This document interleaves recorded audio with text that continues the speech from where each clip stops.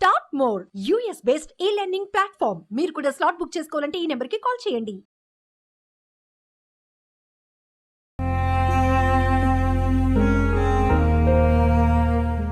మా అన్నం తినడానికి పోయినా మా భార్య అనబట్టే ఇట్లా ఫోన్ వచ్చింది కదా, నువ్వు అన్నం ఇట్సబెట్టి పో జల్దీ పో, అక్కడ పిల్లలు పడ్డారట కదా, నువ్వేదో గేట్ బంద్ చేయాలంట కదా, జల్దీ బంద్ చేయపో, వాళ్ళు ఒక ఏళ్ళ బతికితే బతుకుతారు అనేసి నేను తొందరగా వచ్చేసేసిన. ఇక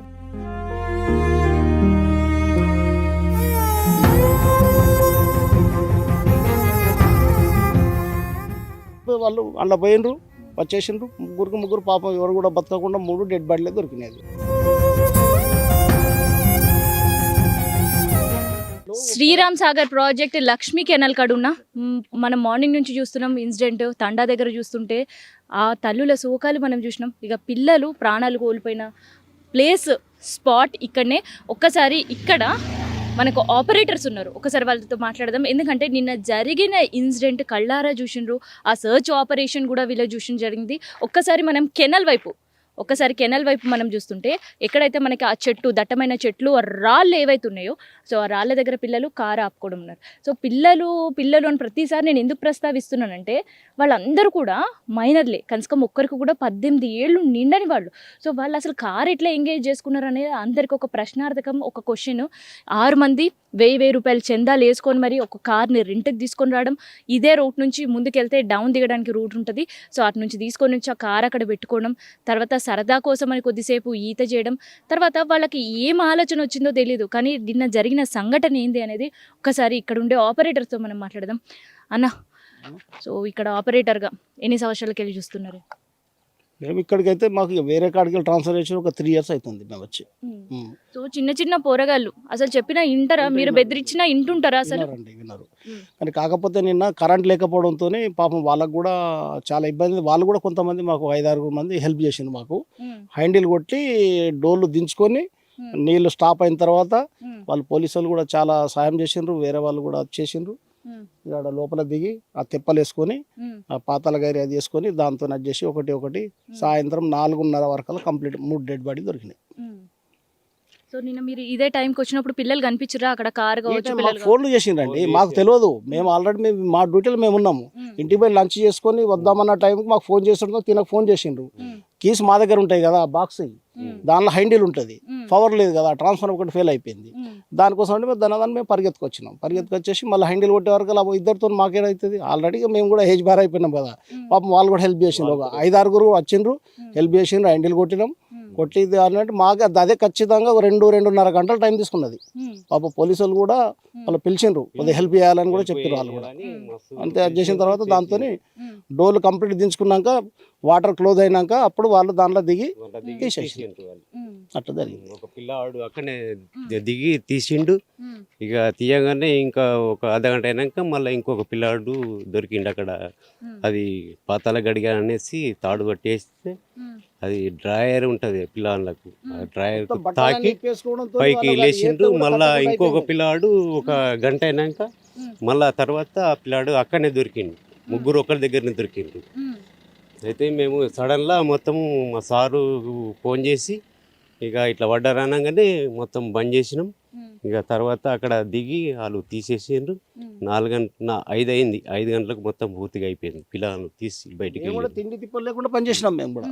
పాపం వాళ్ళు కూడా పోలీసులు కూడా చాలా వరకు కూడా అడ్జస్ట్ చేసిండ్రు. ఇక నీళ్ళు తాగడానికి నీళ్ళు కూడా లేవు, పాపం తెచ్చిచ్చిండ్రు బాటల్లో మాకు. వాళ్ళు చాలా కష్టం అయిపోయింది.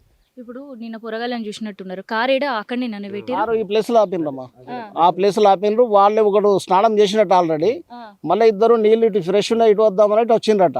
ఇక వాడు ఒక్కొక్కడు పడి అరే వీడిని రక్షించడంతో ఆ ఒకడిని లాగడానికి పోయి ఒకడు పోయి ఇద్దరు పోయి 3 అయిపోయారు.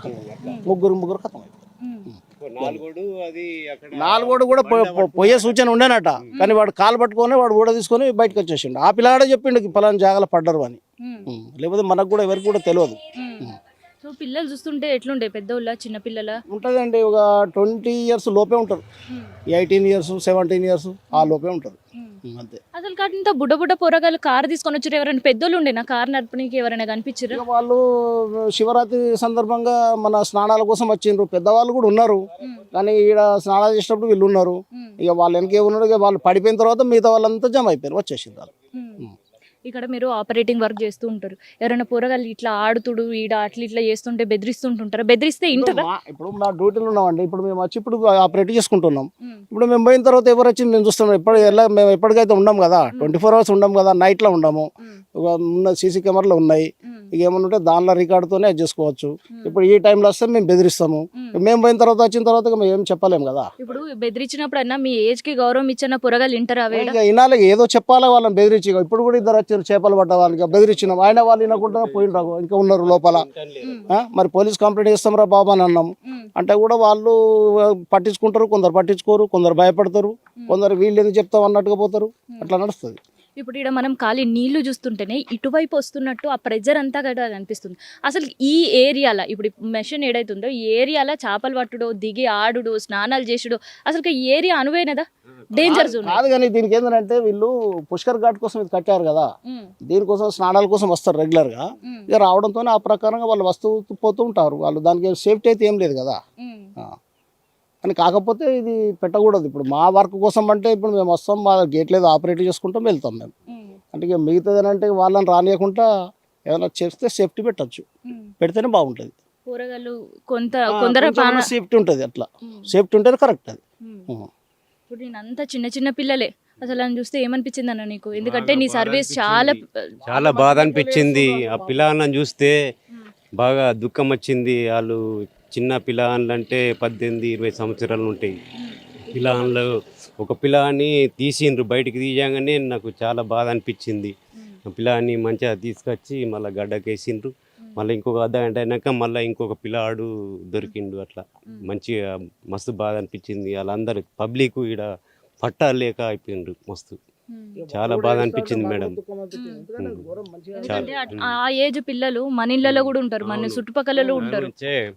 మా అన్నం తినడానికి పోయినా మా భార్య అనబట్టే ఇట్లా ఫోన్ వచ్చింది కదా, నువ్వు అన్నం ఇట్సబెట్టి పో, జల్దీ పో, అక్కడ పిల్లలు పడ్డారట కదా, నువ్వేదో గేట్ బంద్ చేయాలంట కదా, జల్దీ బంద్ చేయపో, వాళ్ళు ఒక ఏళ్ళ బతుకుతే బతుకుతారు అనేసి మేము తొందరగా వచ్చేసేసిన. ఇక ఆశతో తిండి వదిలిపెట్టేసి అన్నం ఇడిసబెట్టి వచ్చేసినాం. అతను కూడా ఫోన్ చేయగానే ఆయన కూడా ఇడిసబెట్టి వచ్చిండు అన్నం.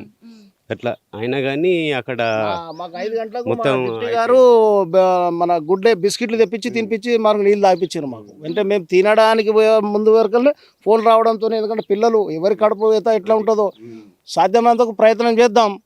మరి కానీ వాడు అదృష్టం ఆల్రెడీ వాళ్ళు అందులో పోయినరు, వచ్చేసిండ్రు. ముగ్గురు పాపం ఎవరు కూడా బతకకుండా 3 డెడ్ బాడీలే దొరికినాయి. ఎవరు కూడా పాపం బతకలేకపోయారు. పోనీ ఇంకా కొంచెం ఆలస్యం అయితే డెడ్ బాడీలోనే దొరికే పరిస్థితి ఉంటుండే ఈ వాటర్ ప్రెషర్. అది అంతకు ముందు మేము ఒక దినం ముందు ఒక 25 థ్రెడ్లు దించినాం మేము ఆల్రెడీ. ఆ ప్రెషర్ కింద నిన్న ఉంటే మాత్రం ఆల్రెడీ దీనికి వెళ్ళిపోతుండే.